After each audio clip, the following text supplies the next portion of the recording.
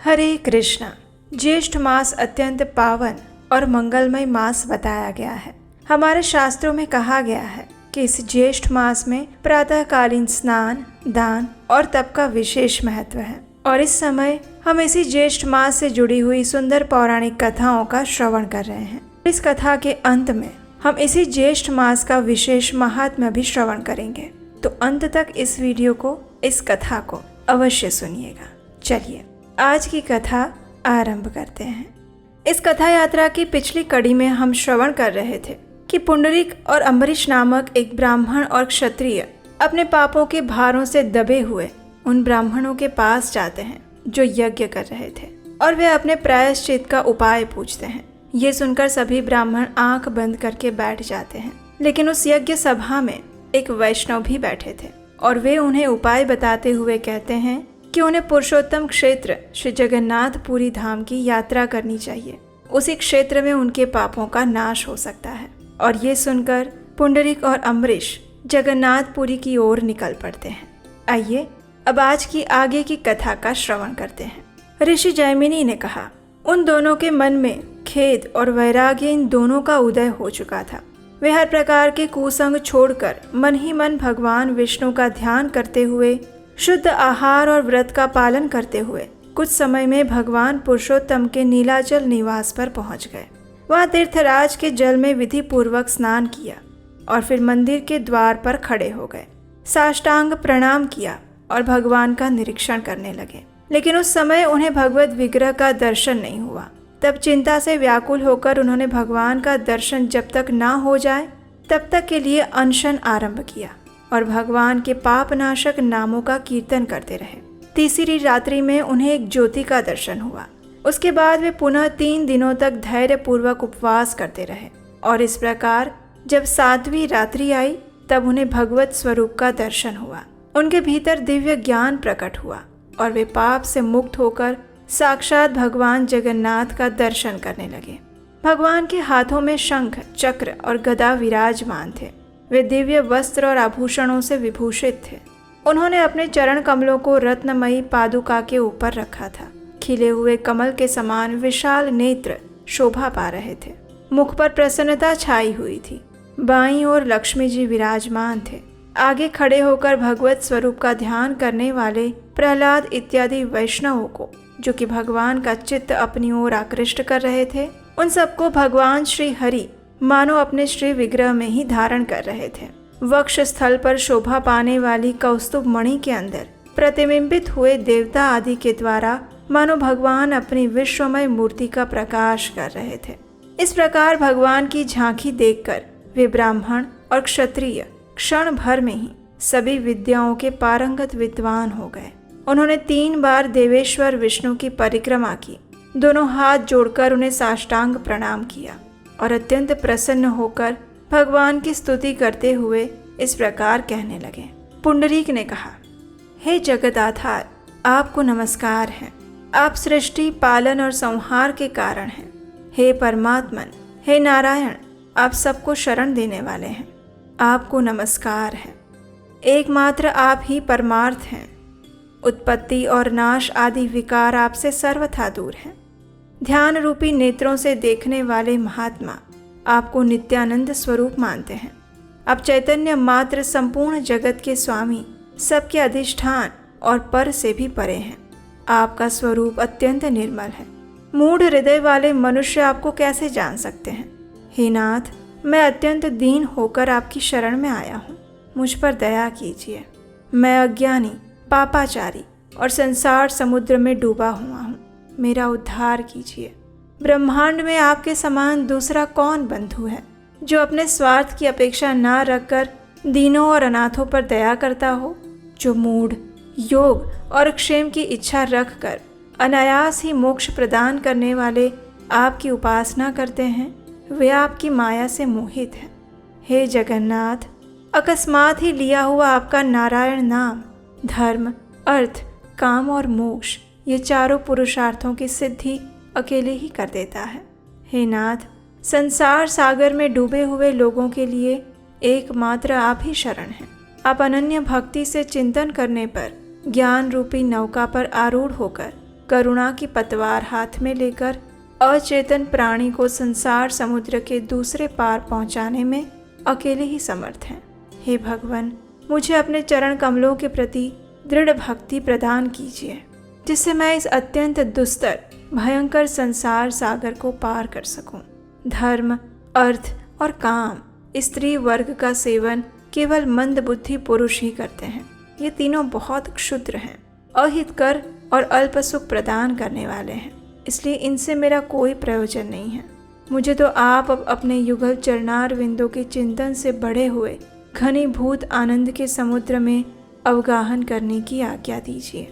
इस प्रकार स्तुति करते हुए ब्राह्मण पुंडरीक अश्रु से युक्त गदगद वाणी से त्राहि माम कृष्ण की पुकार करते हुए भगवान जगन्नाथ के चरण कमलों में गिर गए।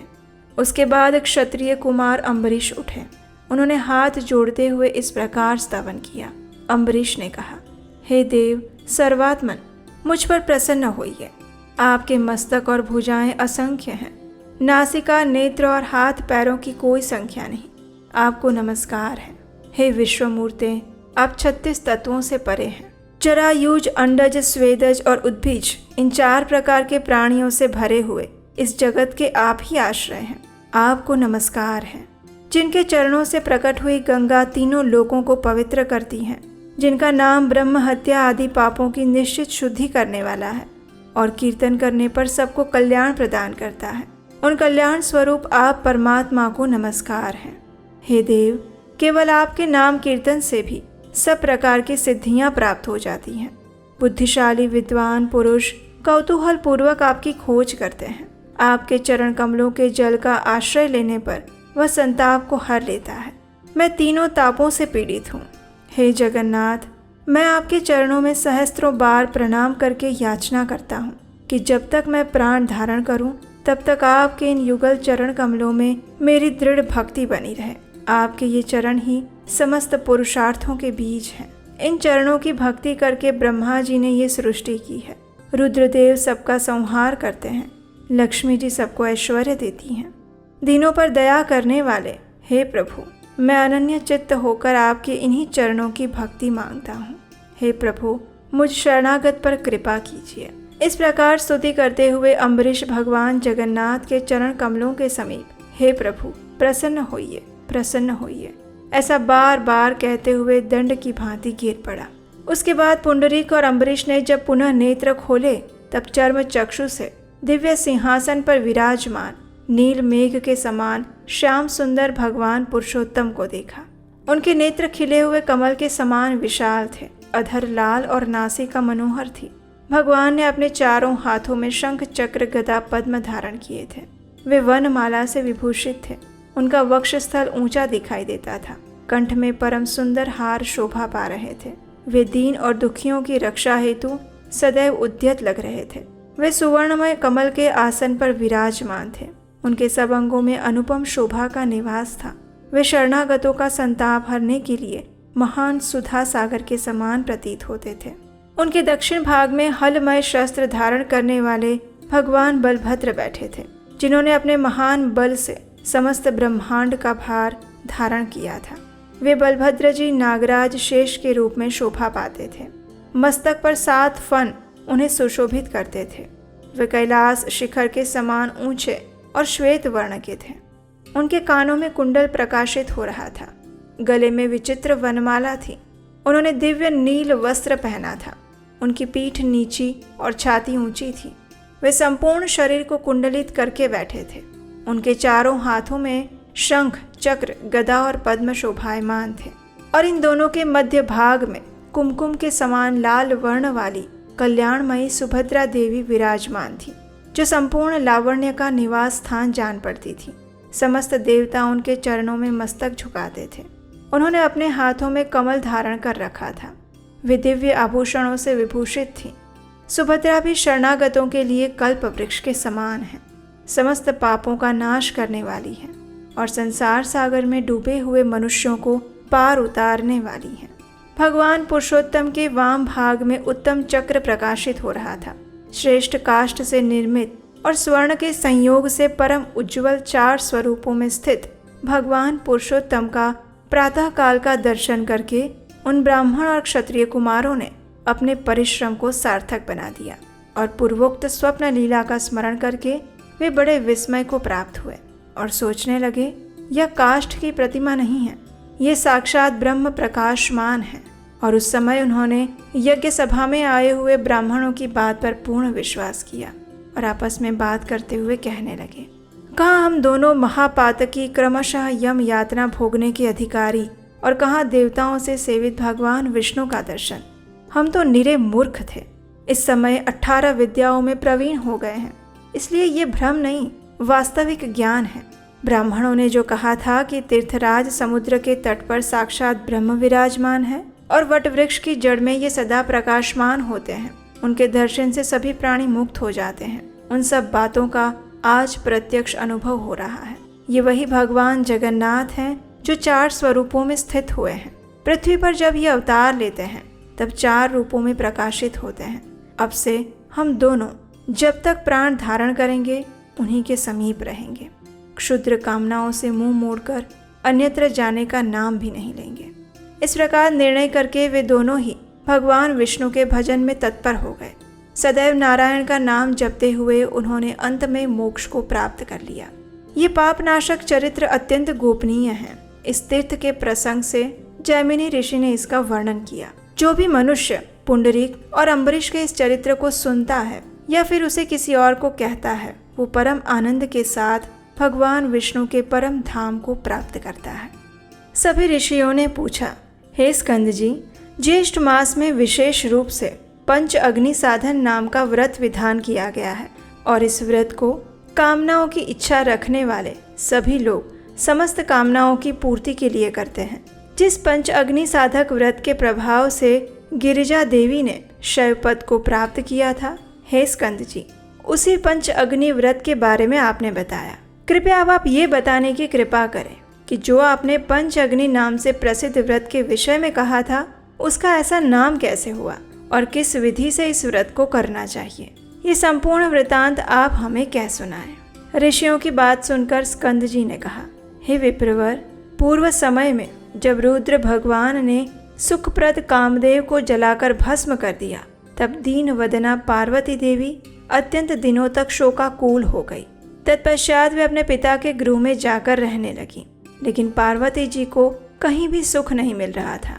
उस समय हिमालय के वासी ऋषियों के आश्रमों में उन्होंने जाना उचित समझा। चित्त की शांति हेतु देवी पार्वती ने उन ऋषियों से उपाय पूछा और इस प्रकार पार्वती जी द्वारा पूछे जाने पर सप्त ऋषियों में भृगु नामक ऋषि ने कहा, हे महाभागे, आप विधि पूर्वक पंच अग्नि साधन नामक व्रत कीजिए। ये सुनकर पार्वती देवी ने कहा, हे ऋषिवर, किस विधान से इस उत्तम व्रत को करना चाहिए। तब इसका उत्तर देते हुए भृगु ऋषि कहते हैं, हे महाभागे, आपने बहुत उत्तम प्रश्न किया है। अब मैं आपको विस्तार से समझाता हूँ कि किस प्रकार इस व्रत का पालन करना चाहिए। ज्येष्ठ मास की तृतीया के दिन प्रातःकाल स्वच्छ जल में स्नान करके नित्य क्रिया को संपन्न करना चाहिए और फिर शुक्ल वस्त्र धारण करके गृह में आए। घर आकर पुण्यवाचन कर्म को करें और ब्राह्मणों का पूजन करें। समिधाओं से प्रदीप्त 4 अग्नि को करके यथाशक्ति उन अग्नियों का पूजन करना चाहिए और उन अग्नियों के मध्य भाग में बैठकर सूर्य नारायण देव की तरफ अपनी दृष्टि को रखना चाहिए। जब तक सूर्य नारायण देव अस्त न हो जाएं, तब तक इंद्रियों को वश में करके स्थित रखें और इस प्रकार निराहार जितेंद्रिय रहकर मास व्रत करना चाहिए। भृगु ऋषि के इस वचन को सुनकर सती उमा देवी प्रसन्न हो गई और भृगु ऋषि के कथन अनुसार संपूर्ण विधि विधान से भगवान शिव की प्रसन्नता के लिए 12 वर्ष तक देवी उमा ने इस व्रत को किया और वो भी प्रत्येक मास में। इस व्रत के प्रभाव से शिव जी भी मंत्र मुग्ध हो गए और वे खुद सोचने लगे कि आखिर पार्वती कहाँ चली गई। इस विचार में पड़कर समाधि के द्वारा उमा देवी का तपोवन में होना निश्चय किया और स्वयं भी वनचरों का स्वरूप बनाकर उमा देवी के तपोवन में चले गए और वहां पर उन्होंने विविध प्रकार के अमृत के समान वचनों द्वारा देवी उमा को समझाने लगे।